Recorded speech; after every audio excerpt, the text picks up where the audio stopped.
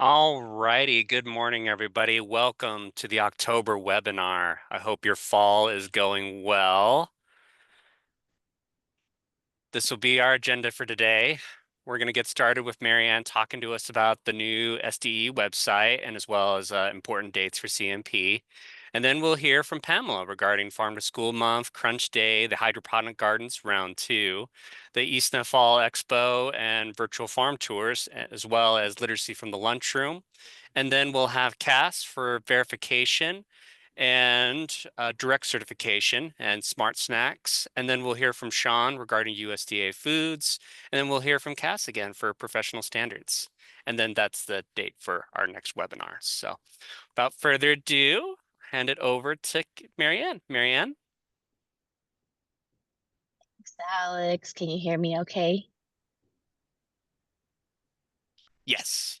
Awesome. Thank you. Okay, let me just get this new web page up on my computer so I can do my sharing. So go ahead and go to the next slide. Awesome. Good morning, everyone. We wanted to just take a moment to notify you all in case some of you have not noticed it yet, but earlier this month, SDE rolled out a new SDE website and along with it, a new CNP webpage. The web address is still the same. It's still ste.idaho.gov. However, as you can see, it is completely different from the old site. And I will take control here in a little bit to just show you guys a couple of things from the website as you navigate that new page. But just FYI, things are laid out differently and a lot of content has been rewritten and reorganized. Really, the goal was to lay things out in a more cohesive and intuitive manner so that people can find what they're looking for a lot easier. Um, Also, please note that any files that you may have linked to from the old site will no longer work, and you will need to re-bookmark that. And so wanted to just give you all a heads up with that. And then if I can just do a control. So bear with me here just for a moment.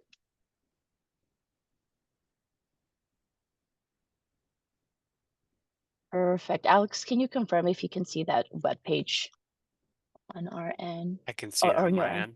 Perfect. Awesome. All right. So this is the new web page. Again, things are different from top to bottom. We are told that the search button is more intuitive. So definitely, if you're having a hard time finding anything either from the SDE side or the CNP side, definitely utilize the search box up here.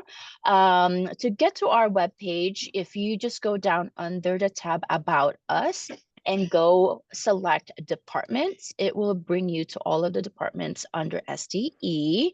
And if you just scroll down, go ahead and click on child nutrition. So feel free to bookmark this, re-bookmark this on your computer so it's an easy and direct access. As you can see, some of the information is still the same, but it is laid out differently in regards to other external links like My Idaho CMP, the training portal, and other information. If you scroll to the very bottom, you will see the breakdown for the programs. And again, if you guys bookmark direct links to CACFP, SFSP, school meals, you may want to re-bookmark that on your end. And additionally, all the forms and templates are at the bottom of the page. Um, and so I wanted to just highlight, and I'll just highlight under my program, the summer food. It looks a little different where the manuals and guides, helpful resources, all of those kind of stuff looks differently as well. So the same thing with the school meals program. And so again, just double check on your end if you have not already. And if you guys have any questions, definitely feel free to reach out to us. And especially if you're unable to find, any links to manuals or guides or policy memos or anything like that. So wanted to just highlight that. Um, and I think I'll go ahead and stop sharing and I will give you the control back, Alex, so you can re-show the PowerPoint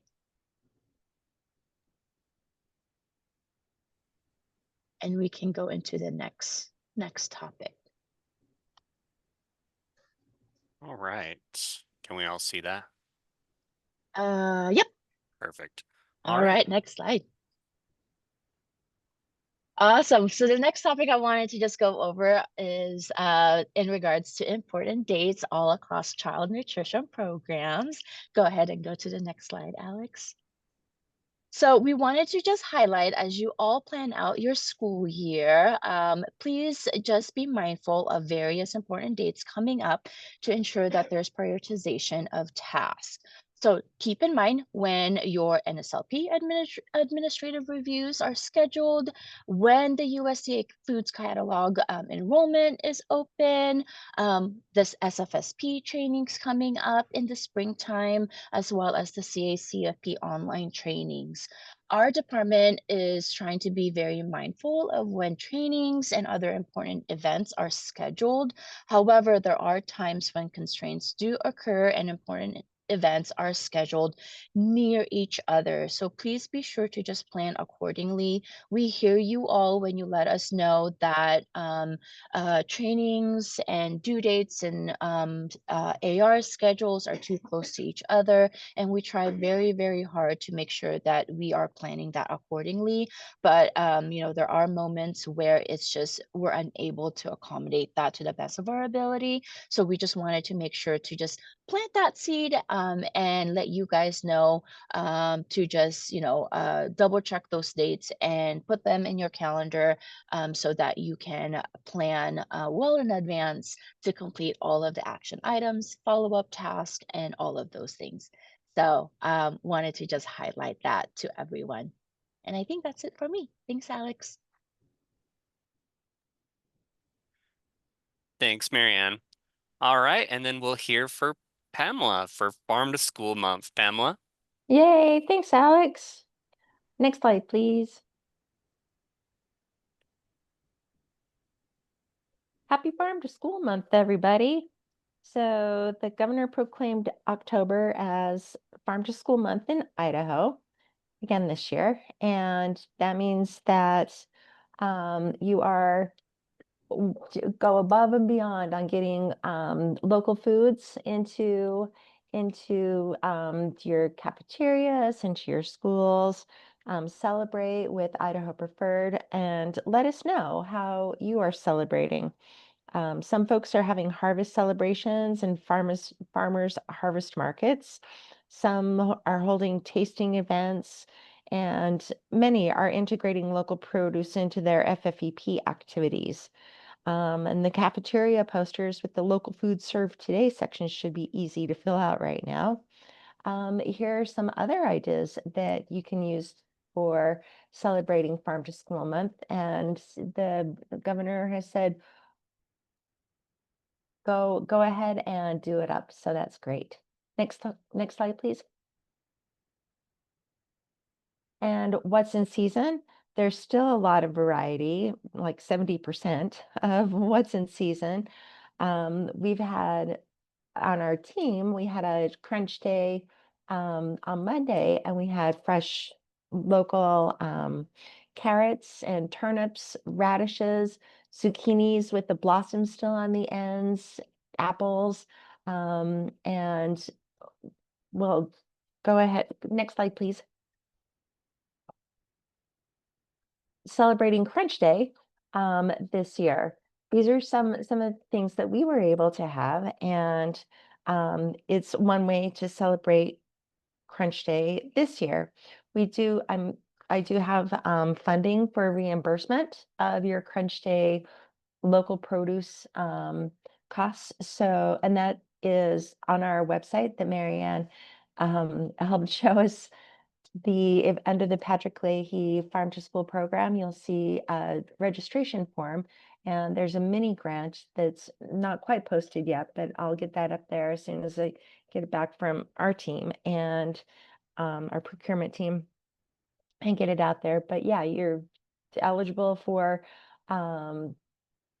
getting simultaneous crunch in your schools.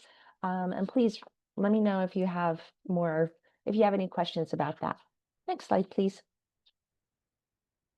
Hydroponic gardens, round 2. Next slide. I need like 13 more schools to sign up to receive a hydroponic garden for their school. And this is targeting the middle and high school age students. And the schools awarded were in round 1 are ineligible at this time. But yeah, I'm looking for more schools to sign up. So please, again, on our website, there's a link to the application for that. And during round 1, just so you know, the grant enabled garden to provide indoor hydroponic gardens to schools interested in incorporating this topic into their curriculum. And at the end of last year, 26 schools applied for and received hydroponic gardens, and over 2,100 students participated. Um, I had great feedback. The students love it, and going into the darker months, it's going to be a lot of fun. This application or this grant right now is providing an agricultural education opportunity, and that's the focus of it. Once this grant period ends, though, you're going to have the gardens, and you can actually use them to grow local produce for your school menus. And also, child nutrition funds can be used to pay for supplies that are needed in the garden. So that's sustainability after the original agricultural education opportunity period. So go ahead and please get those applications. If you know other people in schools, encourage them to apply. Next slide, please. Oh, the deadline I extended it again I have half of the people that I need are going into phase 1. So if you've already applied at the middle and high school level, I'll send you an email. I'm currently in Montana at the Farm to School Summit here, but I'll be sending you the official congratulations and welcome. But for others, I need a phase 2, and that hopefully in the next week or 2, I can get more people coming on. So thanks, Reen. Literacy from the lunchroom. Next slide, please. Yay. Here are some books to incorporate the season into your the cafeterias. We have Pumpkin Circle, and this is an educational exploration of a pumpkin's life cycle. We know that pumpkins are circles, pumpkin seeds to pumpkins, and pumpkin seeds come back. It's the whole circle of life science, basically. And there's also an author's note that explains how to grow your own pumpkin. And this actually received a Parents Guide Award. And then the middle book, Sophie's Squash. This is a story of a unique fall friendship between a girl and her squash. On a trip to the farmer's market with her parents, Sophie chooses a squash, but instead of letting her mom cook it, she names it Bernice. From then on, Sophie brings Bernice everywhere. Despite her parents' gentle warnings, the Bernice will begin to rot. As winter nears, Sophie does start to notice changes. And what's a girl to do when the squash she loves is in trouble? You'll have to read it and find out. And then finally, time for cranberries. From the cranberry bog to the Thanksgiving table, join Sam and his family as they harvest a classic American fruit. When the vines hang heavy with berries that the autumn winds have turned deep red, it's time for cranberries. Sam is finally old enough to help with the harvest. And this charming lyrical picture book follows Sam and his family as they raise the water in the bog, pick the cranberries, and gather the fruit for processing. It's a story of modern family farming in action, showing readers where their food comes from, but mostly delighting them along the way. Next slide, please. The ISNA Fall Expo. Next slide, please. So I just wanted to point out that the ISNA Fall Expo is November 4th through the 6th. And it's the annual food vendor show as well, showcasing Buy American products and USDA commodity processed items for K-12 schools. Discover nutritious, student-friendly food options, connect with top vendors, and learn about the latest trends in school nutrition. Plus, don't miss the networking reception on November 4th for a chance to connect with industry professionals in a relaxed setting. November 5th is the SDE education section.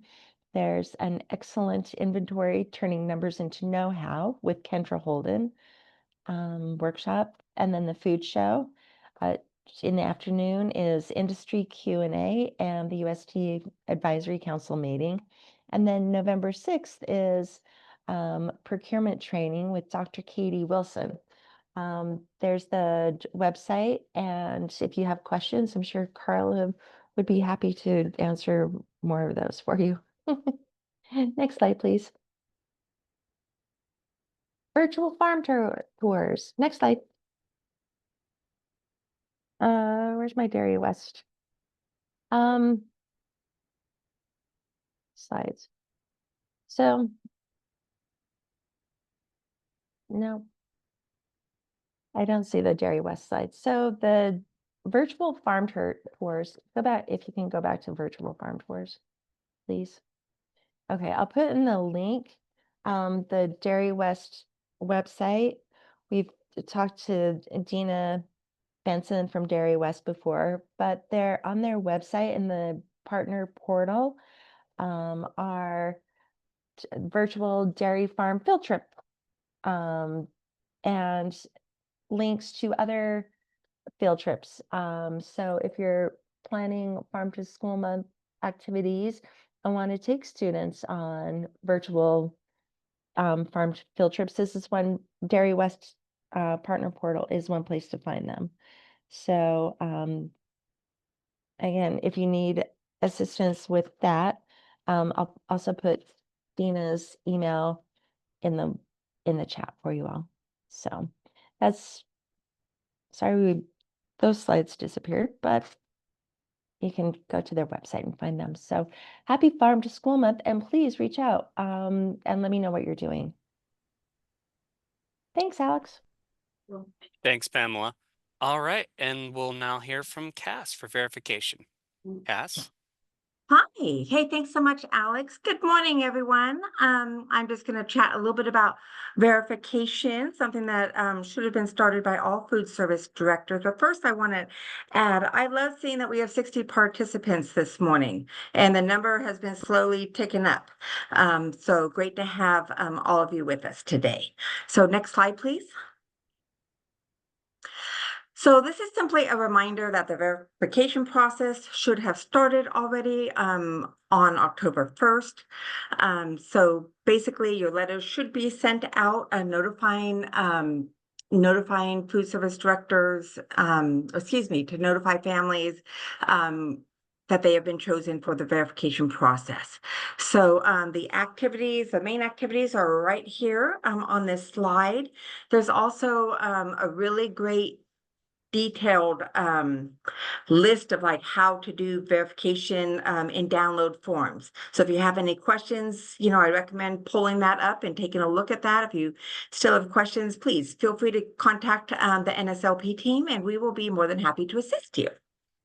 Okay, that's all for me, Alex. And we got you for direct certification too. There we go, direct certification. Next slide, please. Okay, this is just a reminder that A reminder that your direct certification list needs to be pulled a minimum of 3 times a year, and it really is best practice to do it more often than the federal requirement, just so that we are not missing students that might have newly gotten on SNAP or Medicaid or, TAFI or migrant list, So basically, this slide is just a reminder that students that are newly matched are not eligible to be backdated in order to reverse meal charges. So whatever date you find someone that is, you notice someone is on the DC list, that date, even if that DC list, that is the date that you need to put on your benefit issuance list as when they are eligible for that benefit. So that's just another main reason why it's really important, especially in the beginning of the school year, to pull your direct cert list more often. It's just really best practice, because that way we could catch these students that might be newly on the program and, ensure that they're getting that benefit as soon as possible. And that will also reduce your meal charges.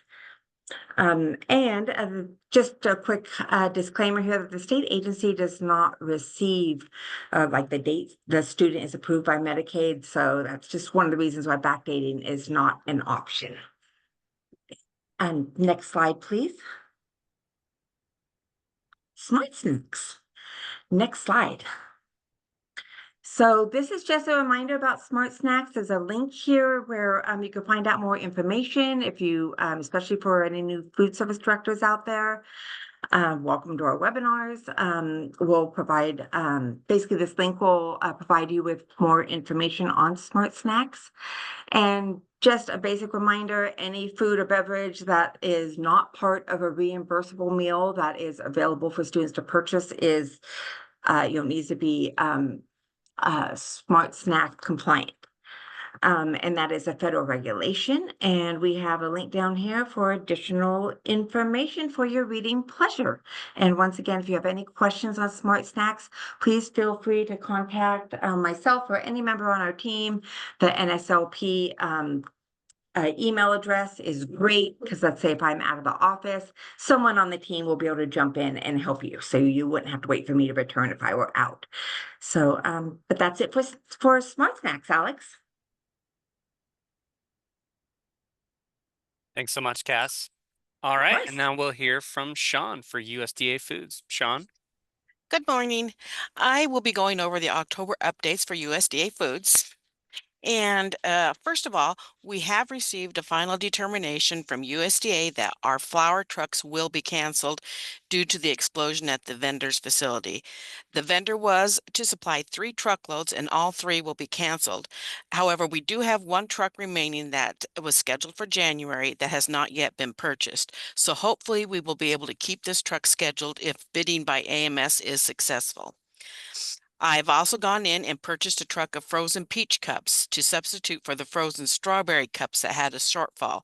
Delivery is scheduled for January, and when the product arrives, Gold Star will notify those of you that originally purchased the strawberry cups and see if you want some.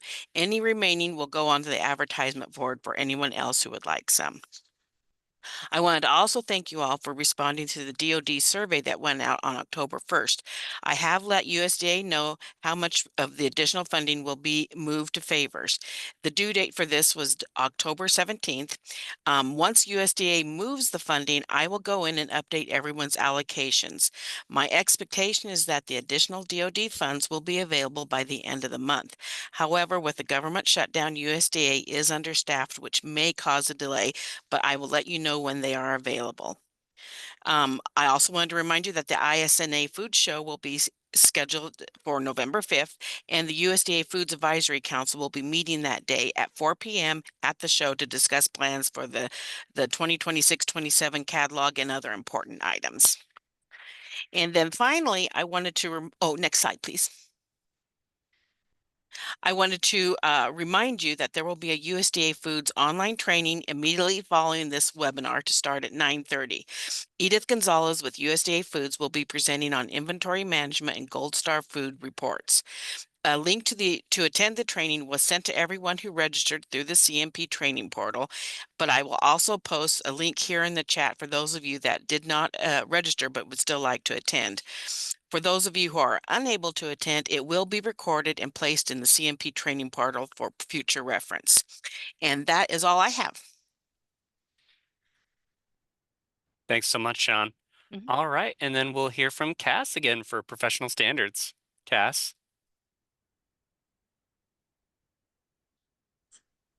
Thank you, Alex. Sorry, I had to unmute myself. Next slide, please. Okay, once again, this is just a reminder that professional standards, this is a federal requirement, and that basically the professional standards are intended to ensure that appropriate training is given to all child nutrition staff to help them be their best at whatever position they have in your program. So professional standards was part of the final rule. That became effective on July 1st, 2015. And if anyone has, if you'd like to read more information on professional standards, there is a link at the bottom there where you can find more information, or once again, give anyone on the NSLP team a call and we will be more than happy to assist you. That's all for me, Alex. Thanks so much, Cass. All right, and then this is the date for our next webinar. So mark your calendars. This is our non-discrimination statement and our staff list. And that concludes our presentation, folks. We'd just like to open the floor to any questions or comments. Alex, this is Kat. Can I jump in and just ask our participants a question? I know that this week is National School Lunch Week with the theme of Taste the World, your school lunch passport. I'd love to hear what some of the schools are doing out there, to celebrate this week. I know that we are currently at, right now, the NSLP team is at Caldwell School District, and Natalie Gibson and her team, they've done a great job. And I mean, there's really cute decorations, up in the cafeterias where we've been at this week, and, pictures of the world, and just, I mean, it's just really kind of fun. So I would love to see if anyone would like to share what they're doing.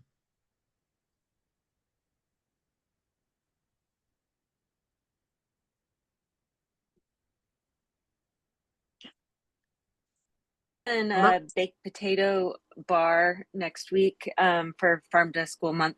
And we have a local farm that donated a bunch of potatoes for us. So we're excited about that. I love that. Thank you for sharing. It looks like Charla Pettengill, she has shared that today they're visiting Mexico for lunch and having tacos and churros. And on Monday they visited China, and Tuesday they'll visit Italy. So that's awesome. So thank you so much for sharing. Love to see what you guys are doing. Anyone else?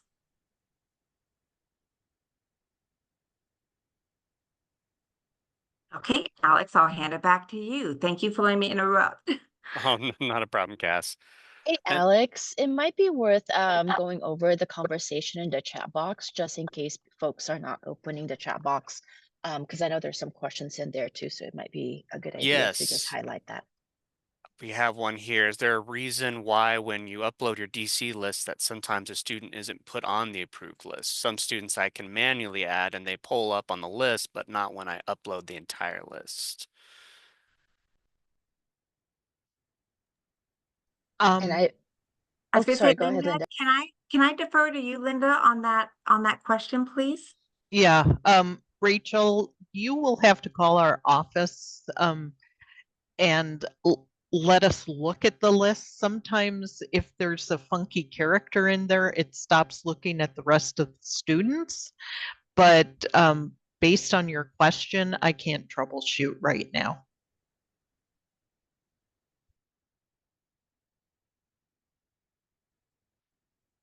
All right, going once, going twice. All right, everybody. Well, I think that concludes our presentation today. Thank you for joining us. Hope you have a splendid day. Have a great day, everyone.